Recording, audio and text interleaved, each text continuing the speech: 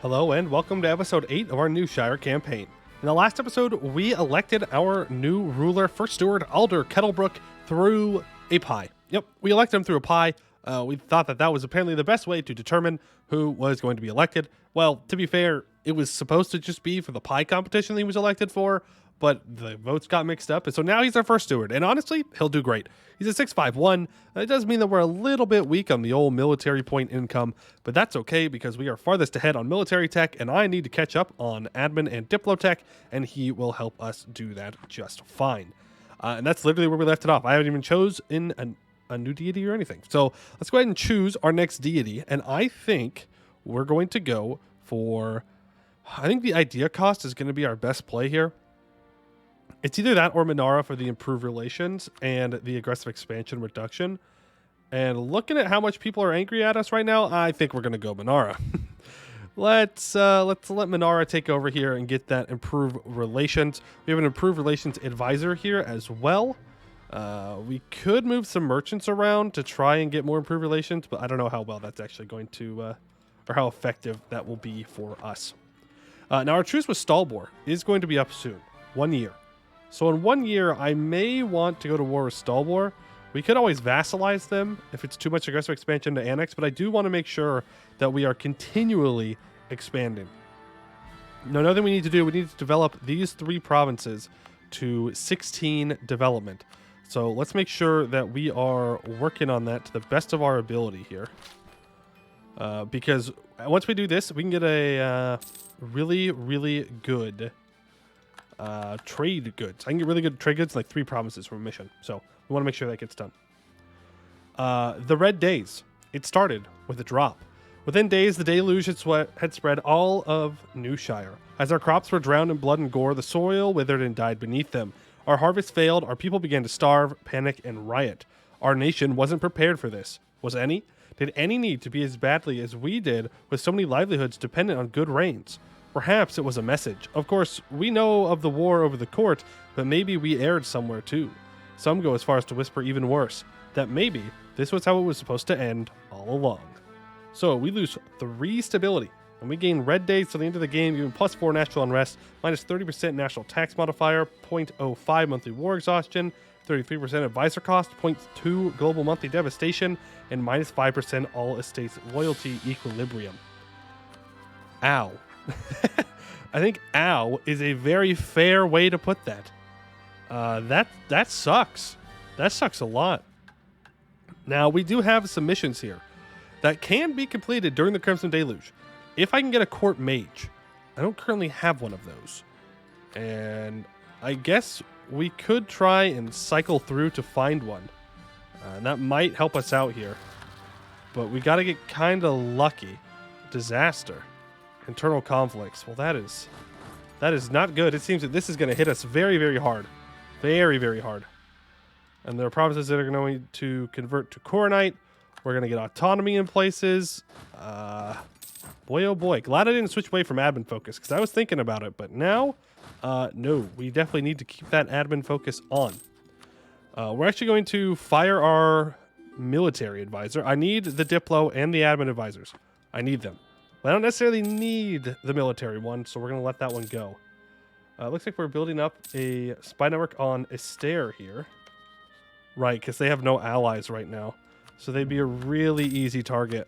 But I don't think we can justify going to war at the moment. I feel like that's a very bad idea.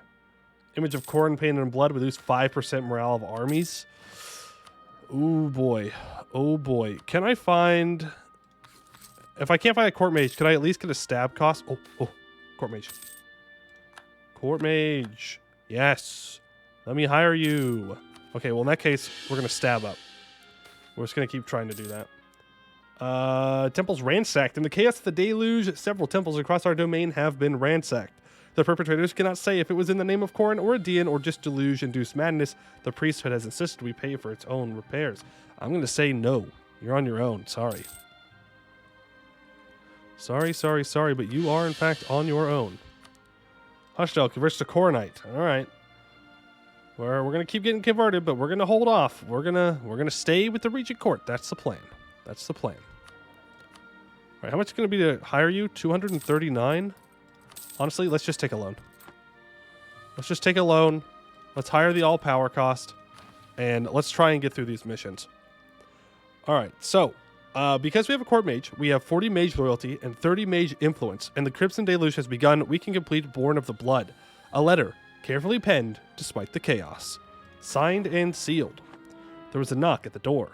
A letter stamped closed with a wax seal marked with the symbol of Newshire's fledgling transmutation guild. The organization was small, but had been very helpful with growing bigger, better crops. At least they were until all of the crops died. As it happens, all of the plants being dead had caused them a rather lot of trouble. My name is Leighton Kettlebrook, the page reads, Grand Master of the Chloromancy Guild of Newshire. To be direct, we believe that we have a way to end the Red Days. The explanation was concise, and all the Chloromancers requested was the necessary facilities and freedom to continue their research should it turn dramatic, difficult, or controversial. What do we have to lose? All right, so till the end of the game, we get minus 10% construction cost, minus 25% construction time, plus 10% national tax, minus 25% advisor cost, and plus 10% mage loyalty and influence.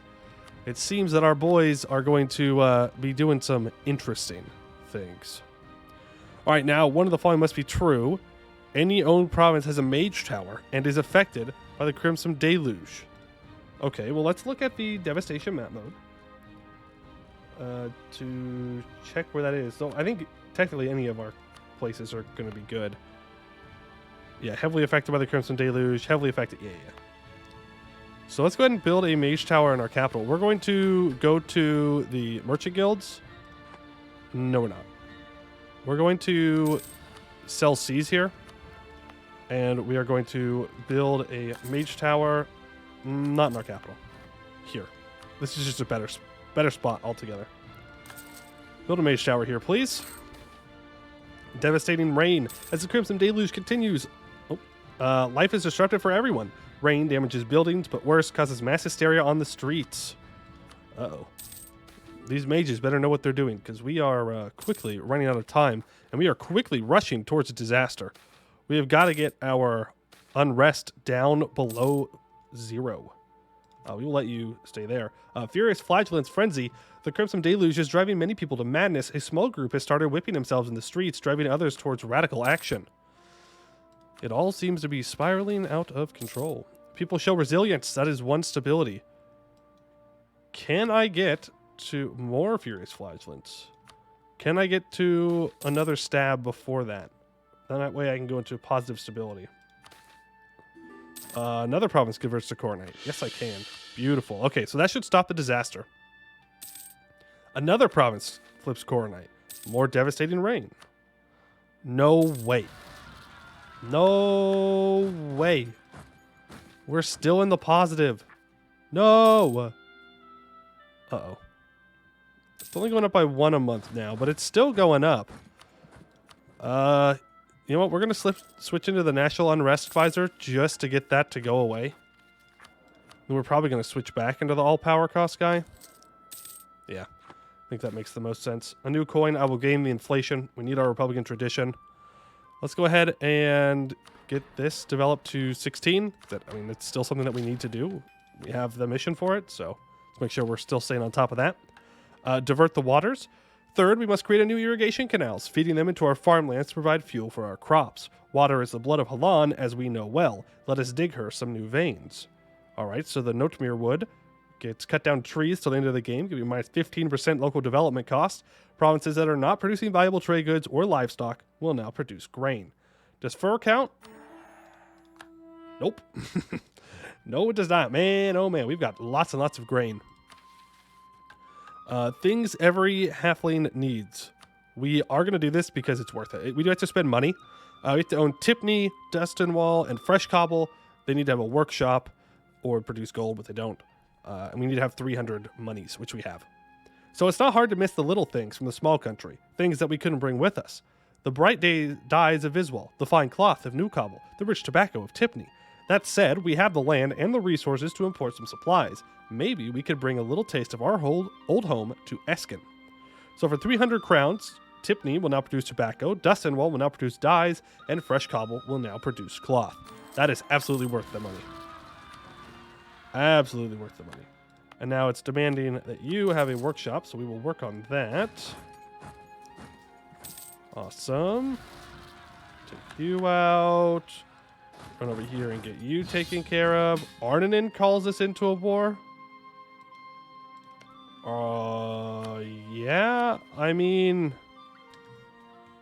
I guess, but I can't really help you, man. I've kind of got a whole problem here. My entire country is being drowned in blood. I kind of got to stay here and take care of rebels and stuff. Like, you... I guess I could send one stack down. I can send one stack down to help. I won't be like a main participant in the war, but I'll reinforce your battles if people attack you. I could do that. I can do that. Looks like Corvuria is being attacked at the moment. Gain some money. We could pay off some loans here, maybe. Yeah, we can pay off our one loan. Let's do that. No reason to have the loan. And we can get a level 1 advisor here just to make sure we're having the monarch points come in. Oh. Colonialism has arrived in Cold Rest. Beautiful. Coronite Firebrand, a preacher, has appeared in Eskerfort, preaching with great fervor about the war of the gods and Corin's justice, spurring people for action for Corin. Okay. That is fine. Estair has been annexed by the Blade Marches. That's unfortunate, but it is what it is. Can't really do too much about that. Not at home. So, Second Turnwell has a workshop, and we have granted free enterprise to the Castaneath Patricians estate, or in our case, the Merchant Guilds. Tea is wonderful. Clean-colored silk makes for a rather fetching outfit. A calming puff on a pipe is enough to brighten any bad day. But something is still missing. The event Fire and Water happens. Peregrine Kettlebrook was a young, plucky halfling entrepreneur. Second Turnwell was an up-and-coming trade center, with hundreds of new Shiremen and foreigners flocking through it every day. There was nowhere else Peregrine would rather be. As he gazed upon the streets of the town, something nagged at his foot hair, and he combed his fingers through it thoughtfully. What was this town missing? There's an armory, a general store, an inn, halls set aside for the estates, a blacksmith, a tailor, a leather worker, a woodcutter, plenty of greengrocers. Where was a halfling supposed to get himself a drink around here? Hey ho, to the bottle I go to heal my heart and drown my woe. Wine will now be produced in Second Turnwell, and we get the Newshire tipple, giving us 0.25 yearly prestige to the end of the game. All right. Well, 0.25 a year. Now, Fresh Cobble and Tipney under shield need to have courthouse. Let's go ahead and get those courthouses built up. Develop these products. I think this is just us like developing our cities. And then everything else is supposed to be grain and farmland. Corintar Exile. Okay. Oh, we're not being a very good ally. We're not actually helping. Another mission's complete. Okay, it looks like our mage tower has been built. A solution, one that must be investigated further. All owned provinces will lose 25 devastation, and the event Begin the Transfusion happens. Blood is, in the literal sense, life. Leighton Kettlebrook, Grand Master of the Chloromancy Guild of Newshire, scoffed at this assertion as the field shifted from green to rust red. He commanded his fellow Chloromancers to pay close attention to the contradiction at hand.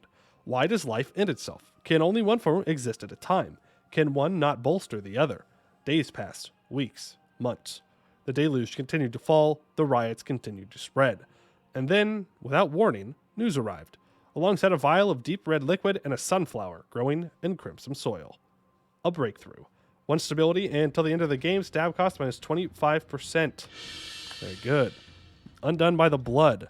So, we have stability at least 2 and an army organizer advisor skill at least 2. Okay, Army Organizer. I can't remember which one that is. I think is it you? You an Army? No, you're a Grand Captain. You are an Army Reformer. I can't remember which one is which. Why'd you give me all level 3 advisors? That's just rude. That is very rude. It was an Army Organizer. Yeah, okay. Well, you're fired. Rebellion Society, short. We'll let the rebellions in. No, I don't want a military engineer. I want an army organizer. You're a quartermaster. You're not good enough. Army organizer. There you are. It's the land force limit. Unfortunately, I can't upgrade you, and I don't want to accept Anbennar culture.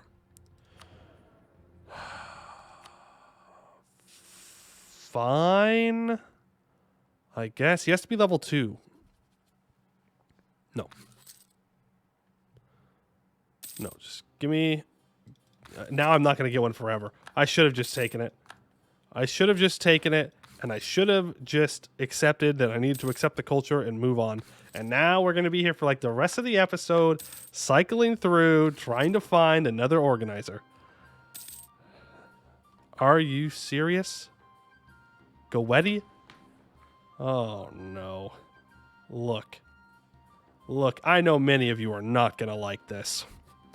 But we are going to accept the Goetti, and we are going to promote this Matilda Gore to level 2.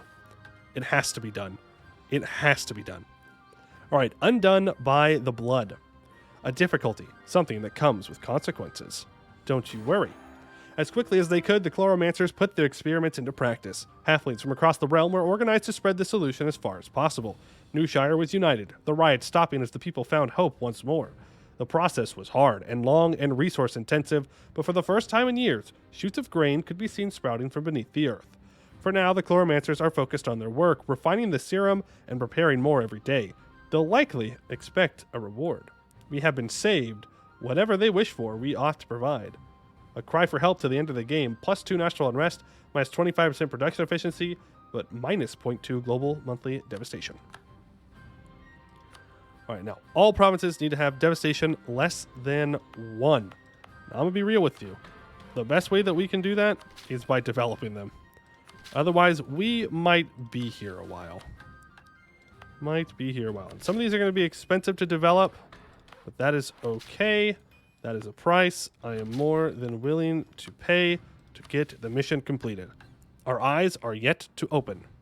We have unlocked a door that we should not have opened. Uh-oh, that sounds like it's going bad. A mere bad dream. The downpour has ended. Peace once again reigns across Newshire, as our people are fed, sated, and contented. As quickly as they began, the riots and chaos of the deluge seem to have been forgotten. Everybody seems keen to put the rotten business behind them. Except, of course, for the Chloromancers. Though their experiments have grown rather outlandish, they seem happy to continue them on their own lands for now. Across the nation, they are heralded as heroes, cheered into every village they enter. Their potions and magics appear ever more potent, and our crop yields have never been this high. One wonders how far they plan to go to unearth Halan's bounty. Finally, it's over. We get our heroes, which gives mage influence plus 10% for 50 years. And if this has a workshop, then it's renamed. It will now produce tea. And any ally owns BPEC. And that's it. We just have to ally BPEC. All right. Well, that was easy. I can do that. I can ally BPEC. That's fine. Also, look at this beautiful gnomish hierarchy. If only they owned this and like these 2 provinces right here. That'd be like perfect. All right. Buzzing sounds. Though the bees of Eskin are capable of doing their jobs, they simply don't compare with our old, carefully bred bees from our origins. Successfully acclimatizing some of them to these lands would be a very worthwhile investment. If we're friendly enough with the owners of the larger small city, we should be able to arrange for an introduction. If not, well, halflings are known for being sneaky, if nothing else. For 10 years, we get unfriendly deliveries. We get plus 1 national unrest. These bees are not happy. They're not happy. Hey, what do you think you're doing? Hold on. I got so distracted doing my missions. I didn't even see these sneaky little humans run up and trying to take my stuff. That's what I thought. Ooh, okay, they might need some help. Quickly. Nathalair, help me. Thank you, Nathalair. Thank you. All right, send you back down to help here. You guys can go back to the capital. BPEC wants to offer knowledge sharing. I will accept that. Absolutely. All right, enshrine the Farthings. Up Creek, the Terran Plains, Adenica. These 3 historical areas have long served as the core of our growing nation. As time has passed, we have incorporated 4 more distinct territories into a realm, the Farthings of North, East, South, and West. Now that we have the administrative ability to do so, we will incorporate the Farthings eternally into our country. Newshire shall forever hold the domains of Northern Godshield. All right, so for 10 years, we get some monthly autonomy reduction for the cost of admin power. And we get permanent claims on land that I'm pretty sure we already own. Cursewood, Whistlevale, Castlesford, and the Devased states. So Devased, we don't have all of it. We are missing 1 province from Stalbor. But Whistlevale, Cursewood, and what is it? Cattlesford? I don't know where Cattlesford is. Roachmerewood, Oban, Vernon. Oh, it's right here. Okay, so yeah, we're just missing one province, which is fine. They're allied to Marhold, right? Yeah. Wait, why can't I declare war on you? What do you mean, no CB? I have a claim. Hello? Game? Maybe I just got the claim and I had lost the other one. That's probably what happened. They probably just gave me the claim. All right, well, we can also complete growth. We're doing a lot of missions today. We are on fire. Growing strong. So 8 owned provinces in the Cursewood, Whistlevale, Devased, and Cartelsford. And we own Eskin, the province. A letter, a difficulty, a door we should not have opened, a solution beyond our ability to refuse. Uh-oh. A polite suggestion. Look how creepy this looks. There is a knock at the door. Cora Kettlebrook, a promising young mage, the progeny of Leighton Kettlebrook himself, sweeps into the office, escorted by several of her students. All bear the Chloromancer's mark. Cora is adorned with the symbols of the Guildmaster. She smiles tightly, a thorn hidden amongst a bushel of roses. First Steward Alder Kettlebrook, she begins, lowering herself into the chair opposite. I come with a business opportunity, one which would greatly benefit our darling Shire. Her solution is simple. An enshrined position in the government protected from the stifling oversight of the magisterium in exchange for the continued support of the Chloromancers Guild. It is not phrased as a suggestion. Even now, years after the deluge, the heroism of the guild is remembered. Their magic is potent, and many a farmer has made her fortune using their elixirs and spells. To refuse them would implicitly cost the stewards their careers. Cora Kettlebrook leaves the office with a declaration in hand. The door does not close behind her. Giveth to Halan, and Halan giveth back. If it is to happen, then it will not be under my name. Ooh. Okay. So let's see here. Is this something that we want to do? Give it to Halan, Halan giveth back. Well, I mean, it's either we just kind of accept it or it happens. So, sure. Here's the money. And we'll take a loan. We will save up because we need to build a sweet, sweet mage tower on our gold province here, which I am not against in the slightest. But we did have another mission that wanted us to build a workshop. Where was it? In Rohibon. Yes, you want a workshop, and you also want 8 Diplo development. There we go. And the Crimson Deluge is not over, by the way. Reparations through slavery. The orcs ruined this great region and brought with them nothing but death and destruction. With the rediscovery of Aelintir well underway, merchants from the Fortune Seeker faction have been selling orcish prisoners and workers for the colonies and have suggested we sponsor their operations, and more said in return for gold and investment. Slavery is wrong, and Castan himself was a slave, but this kills 2 birds with 1 stone. We can get rid of the invaders and get funds to restore Eskin for the better. No. No, I think if anyone, halflings understand that it is terrible to be enslaved. I mean, look. Look how many halflings are currently underneath the Laurentish thumb. And they were underneath the Goetti thumb, too. No. We will not be participating in such things. We are adamantly against such things, in fact. I would go as far as to say. We're going to go ahead and take tech here, even though it's a little bit more expensive. We can lose Republican tradition. That's fine. Yeah, because we have really long election periods now. And we can choose our next idea group, which I think should be a mill group, honestly. And plutocratic, not a bad choice for us. Not a bad choice at all. Because we do use a lot of mercenaries. And so we can stack mercenary just when we get dev costs. We'll go plutocratic. We'll go plutocratic. Usually, I don't like to go plutocratic, but this time, it actually makes sense. Banwick versus Cornite. More flagellants. Man, these guys just causing some issues, huh? You want me to make Earlium like me? Why? I don't care what Earlium thinks. Cornite Firebrand. All right. Hey, are we done with this war yet? Nope. We're still going strong. Well, we are not doing anything. My allies are going strong. That was a spell expiring. I think that's the Improve Relations spell, unfortunately. Another province converts. All right. Katarata is going to attack Elisna. Elisna was dead long, long ago anyways. And there's the peace deal. Cool. I helped Arnon. I did help. I fought a battle. Took some losses. I'll count that as a win for us. And it seems that workshop has been built. So Newshire's domestic tea industry has really taken off, and the Newshire men, along with the interested foreigners, are clamoring for more. With a little elbow grease, we can expand our existing plantations. Maybe we can even grow some new ones.